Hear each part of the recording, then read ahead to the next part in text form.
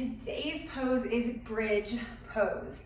I love bridge pose. I think we do it in pretty much every single practice, either a flowing bridge at the beginning or a static bridge at the end. You guys, bridge pose I think gets glossed over quite a bit, but it's a pretty profound pose and it does so many amazing things. First of all, it opens up your chest, your heart, your hip flexors. It helps strengthen your glutes, legs, even your ankles and feet. It stretches your chest, your neck, your shoulders. It helps stretch and elongate your spine. It calms the body. It helps to alleviate stress or mild depression. It stimulates your lungs and your thyroid. It helps improve digestion. It energizes tired legs. I mean, if you don't already have bridge pose in your practice, start to incorporate it. And if you don't know how to do it, we're gonna learn right now. Some tips before you start bridge. I usually have my hair like in a ponytail here. It's super uncomfortable to have your hair piled at the back of your head or mid. So I took my hair out. And so that's a quick little tip right there. Look, you're already learning things, good for you. We are going to start laying on our backs. So go ahead and lay down on your back. Bring your feet as close to your booty as you can. Technically, your fingers should touch your heels here. Make sure your feet and your knees are no more than hip distance apart. And make sure you're like honest with yourself about your hips. I think a lot of us are like, oh, my hips are out here. No, they're not, girl or boy.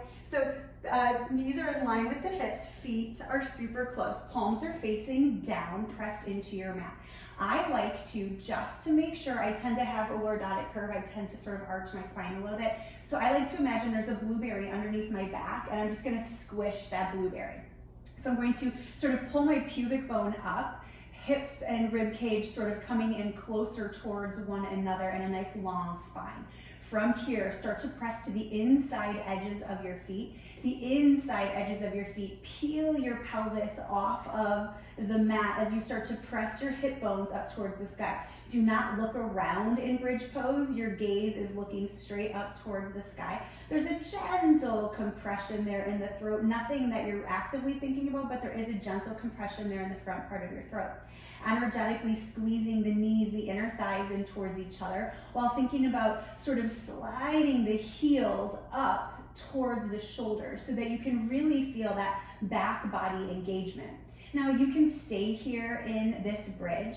Sometimes I like to roll to the outside edges of my shoulders and interlace my hands underneath me to add a chest expansion stretch. Definitely getting more of that shoulder and chest opener there for sure.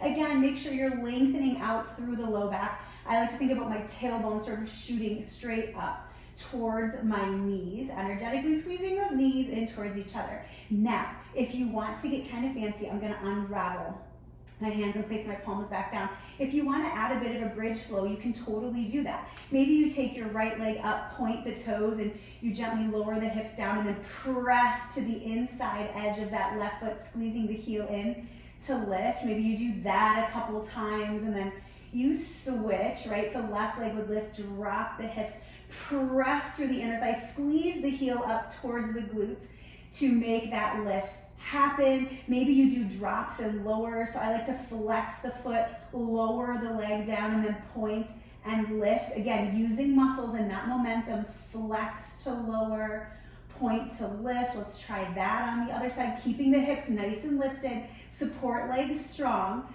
Flex to lower, point to lift. And again, flex to lower and point to lift. Go ahead and release both feet down back to the bridge pose and come on down.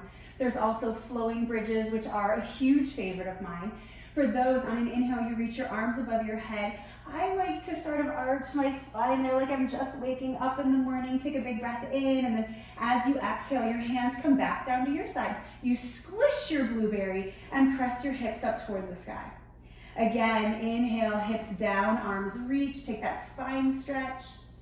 Exhale, hands down next to your sides. Scoop the hips up, still energetically squeezing the knees and squeezing the heels up.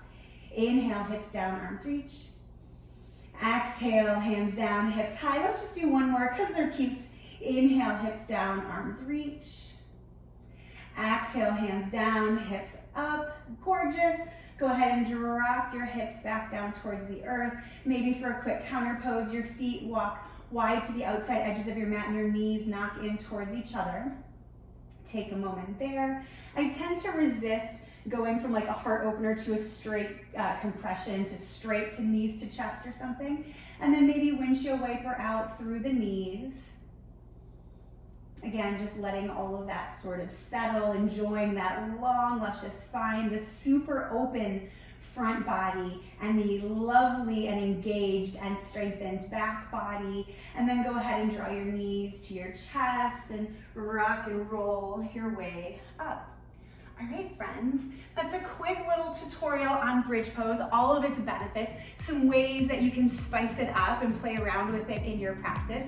As always, questions or comments, lay them on me. Check out all of our practices at shinyhappyyoga.com, the online studio. We're also offering live Zoom classes, so get a hold of me. We can figure out the schedule and all the details for that. Thanks so much for watching. Have an amazing, amazing Tuesday. Show up and shine in some capacity.